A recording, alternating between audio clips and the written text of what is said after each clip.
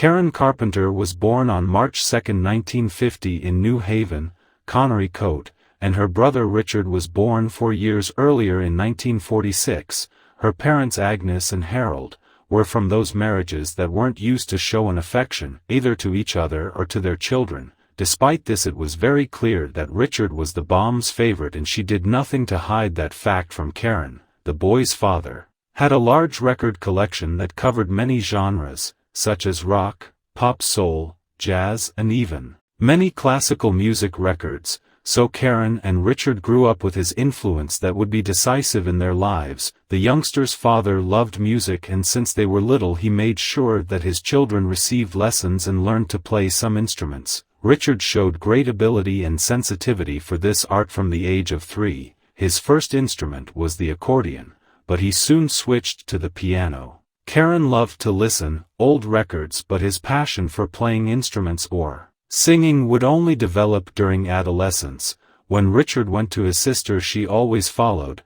They were very close, although they also had their quarrels. An anecdote from your childhood that perhaps explains a lot of things that they would live in their adult life is that Karen was very fond of baseball and used to play with her friends in the neighborhood. When choosing the players for each team, Karen always was chosen before Richard, as it was very good. This often made it Richard was upset with Karen. Sometimes when that happened, her mother Agnes would even ask Karen for making Richard sad.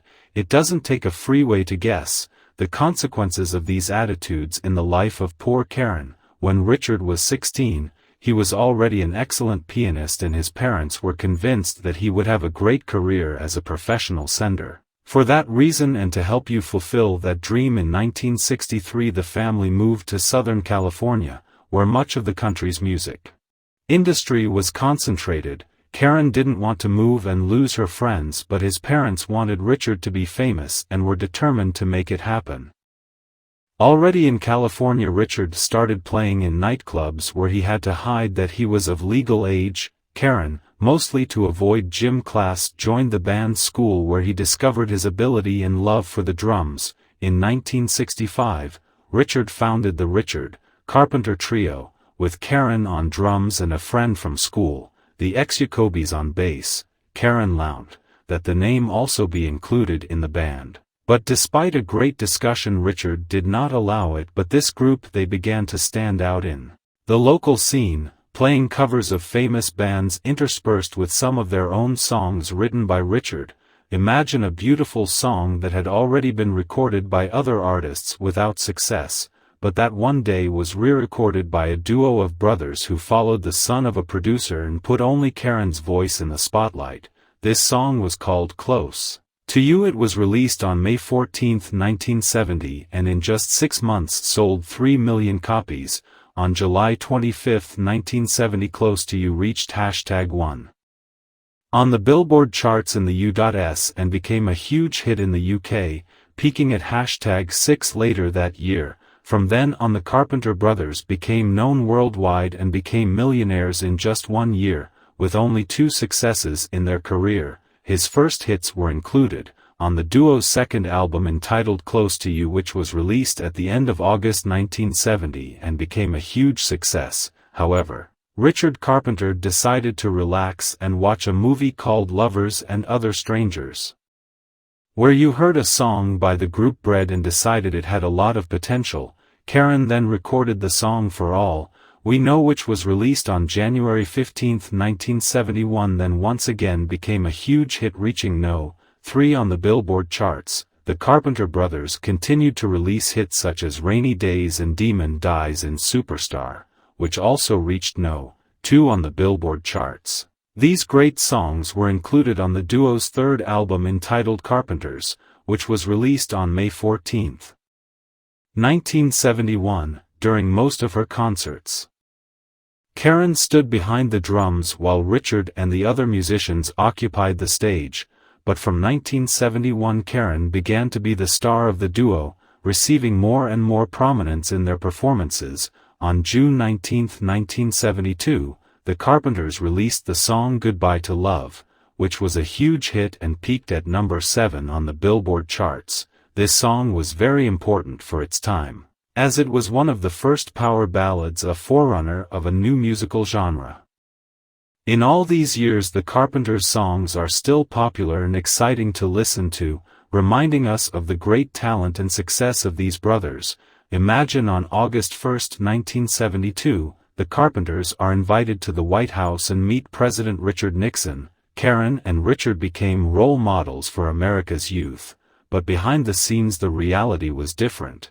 Success had begun to get to Richard and he began to take sweeping pills, which means him addicted to the highly addictive drug mythical. 1 year later, the drug would be shown in the film The Wolf of Wall Street, starring Leonardo DiCaprio, in which he suffers the consequences of his addiction. Amidst all of this, Karen reads an article in which the journalist implies that she is overweight, triggering a new obsession with controlling her weight. Anorexia nervosa affected her deeply and she hid her illness by several layers of clothing while working tirelessly with Richard to achieve the success that would make the music legends. By 1974, Karen had lost a lot of weight and took large amounts of laxatives while hiding food.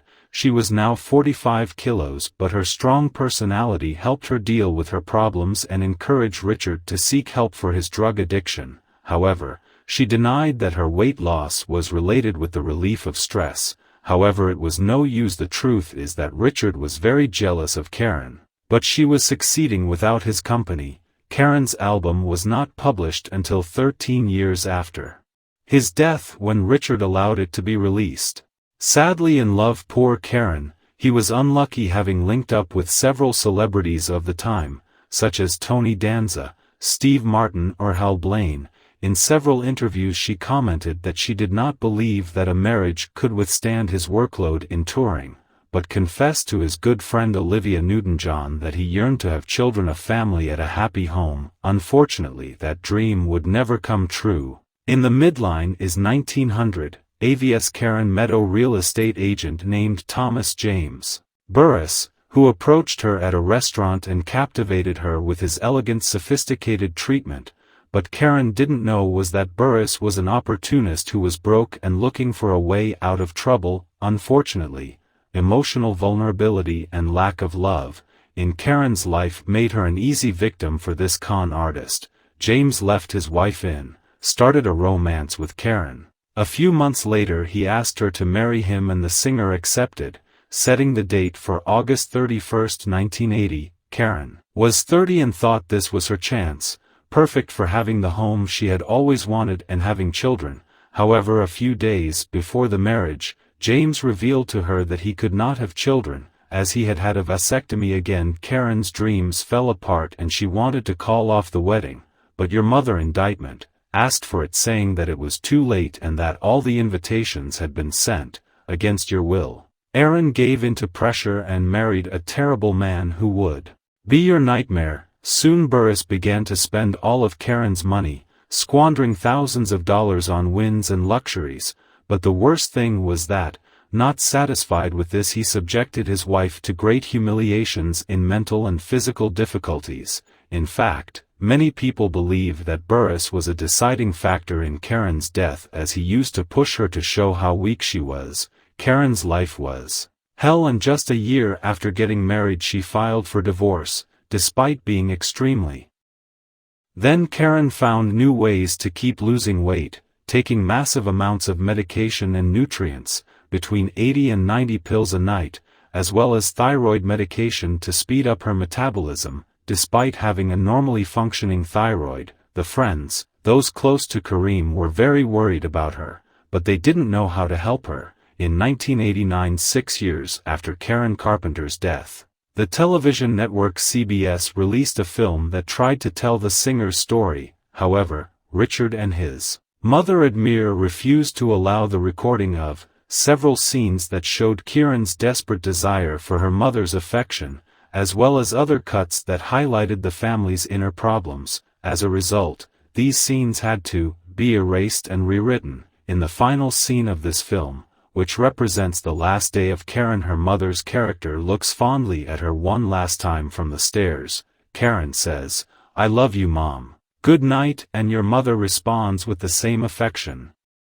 Unfortunately, this conversation, ending on the eve of Karen's death, was created by the producers to achieve a dramatic effect on the audience. In real life, the young singer never heard those so desired words from her mother's mouth. Mother Karen Carpenter was a talented but unhappy artist. This sad story makes us reflect about the pressures and problems many artists face behind the scenes. Leave us a comment on what you think about this sad chapter in music history. If you liked the video, leave your like and subscribe to the Musical Successes channel. Enjoy and watch the new videos from friends. Welcome. It is considered by many to be the best female voice in history. Regrettably, when more help was needed, their own relatives supported them. With his brother he achieved worldwide fame. But his love wife was a real ordeal. He died in the flower of his youth, under strange circumstances, but his musical legacy will live on forever. On the Cool Tour Opera To-Do's channel we have already reached 1 million subscribers, and today we bring you as a special video of the artist for whom the majority voted. This is the story of the Carpenters.